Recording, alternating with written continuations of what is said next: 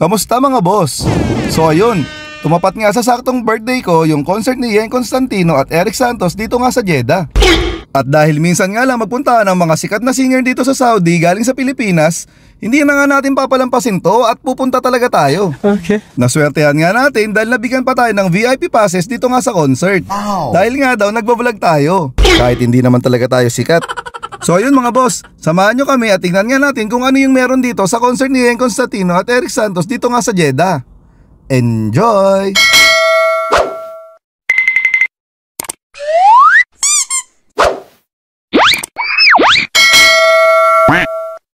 Ayan, medyo malayo nga yung pinaganapan nitong concert dito nga sa Equestrian Club dito sa Jeddah. Umabot nga kami ng halos 1 oras sa biyahe. No! Napaka-friendly nga nitong dalawa dito nga sa may entrance. Ayan ang ganda ni ate oh. Di ba ang ganda na, ang bait pa, napaka-friendly pa. Nice. Siyempre kasama nga natin ang nag-iisang Pinoy diskarte. Yeah, boy. Medyo malayo nga rin yung lakarin mga boss simula dun sa parking area.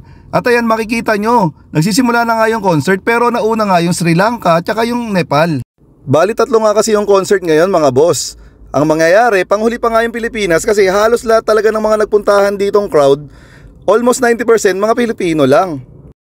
Ang Filipino talaga kahit malayo, basta may sikat na artista at mga singers, magpupuntahan talaga yan kasi minsan nga lang talaga kami makaranas dito niyan sa Jeddah. Nice. Ayan diba, ang dami na nga talagang tao mga boss.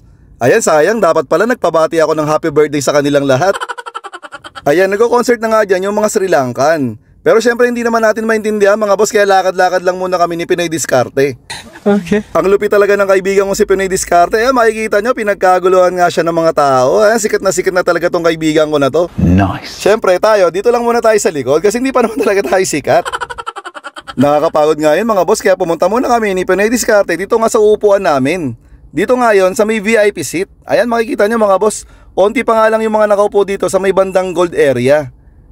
Medyo marami nga rin yung space mga boss kasi nga medyo malayo talaga yung venue. Ayan dito yung pwesto namin mga boss, dyan yung VIP area. Nice. Papahinga nga muna kami saglit mga boss kasi nga hinihintay pa namin dito si Jenson TV.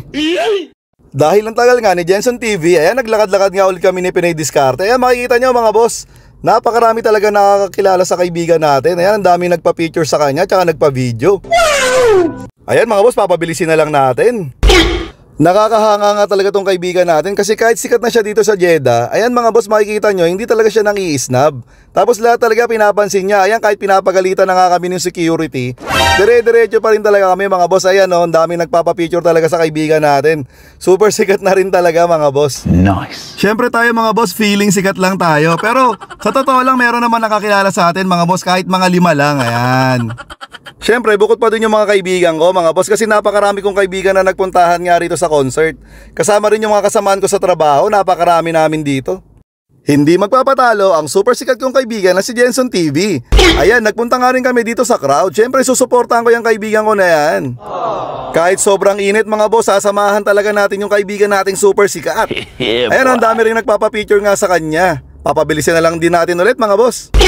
Wala ngang kaibahan doon sa kaibigan nating si Pinoy Diskarte. Siyempre itong super sikat nating kaibigan na si Jenson TV, nakakahanga talaga tong super sikat kong kaibigan. Kasi nga lahat yan pagbibigyan niya yan hanggang makarating kami doon sa dulo. Kahit nga napapagalitan na kami ng security, tuloy-tuloy pa rin kami mga boss. Hindi kami mabibigilan. Nagtataka kasi yung security, sino ba kasi itong mga to? Ang dami nga nagpapapicture na magagawa natin. Shoutout nga pala doon sa mga nakakilala sa akin sa concert. Ayan may mga nagpa-picture sa akin no. Ayan no.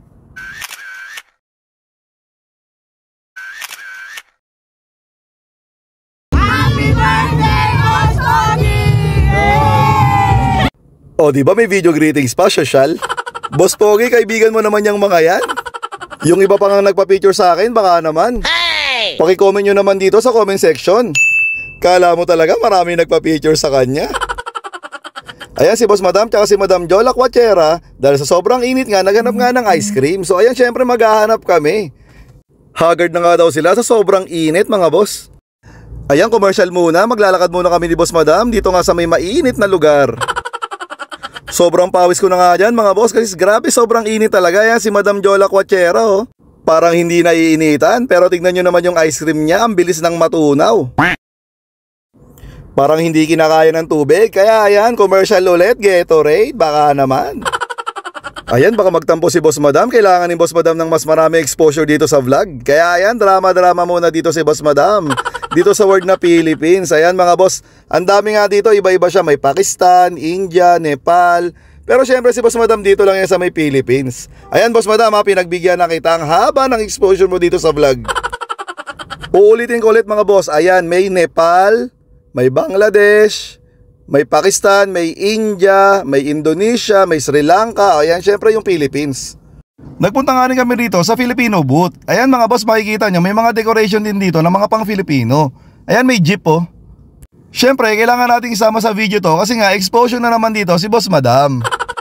Pagkatapos nga nun, bumalik na nga kami doon sa upuan namin. Hindi nga kami magkasama dito ni Boss Madam kasi yung upuan ko sa VIP. Hindi nga pwede si Boss Madam kasi mga vloggers nga lang daw. Kahit feeling vloggers lang naman talaga ako. Inabot na nga ng alas 11 ng gabi bago nagsimula yung sa Filipino. Hype na nga yung mga Pinoy mga boss kasi nga sobrang init na talaga. Tsaka ayan, naglabasan na nga sila Eric Santos at Yen Constantino. Hindi ko na nga lang nilagyan ng audio itong mga pagkanta nila mga boss kasi alam nyo na. No! Ang dami rin nilang kinanta mga boss, yung mga classic nila na mga kanta. Kaya syempre hiyawan talaga yung mga Pilipino. Gusto pa nga talaga nilang lumapit sa crowd kaso binawalan na nga sila talaga ng mga security kasi nga nagkakagulo talaga pag bumababa sila. Si Yen Constantino medyo nakababa pa siya kaso si Eric Santos ayaw na talaga siyang pagbigyan kasi nagkakagulo nga talaga yung crowd. Overall naman sobrang nag-enjoy kami ni Boss Madam dito nga sa concert kasi nga sakto pa talaga siya sa birthday ko. Tapos ang gaganda nga talaga ng mga kinanta ni Eric Santos at Yen Constantino. Hanggang dito na nga lang yung video natin ngayon mga boss. Sa mga hindi pa nga nagpa-follow sa akin dyan, baka naman. At wag mo na rin kalimutang i-like ang video na ito. Bye-bye!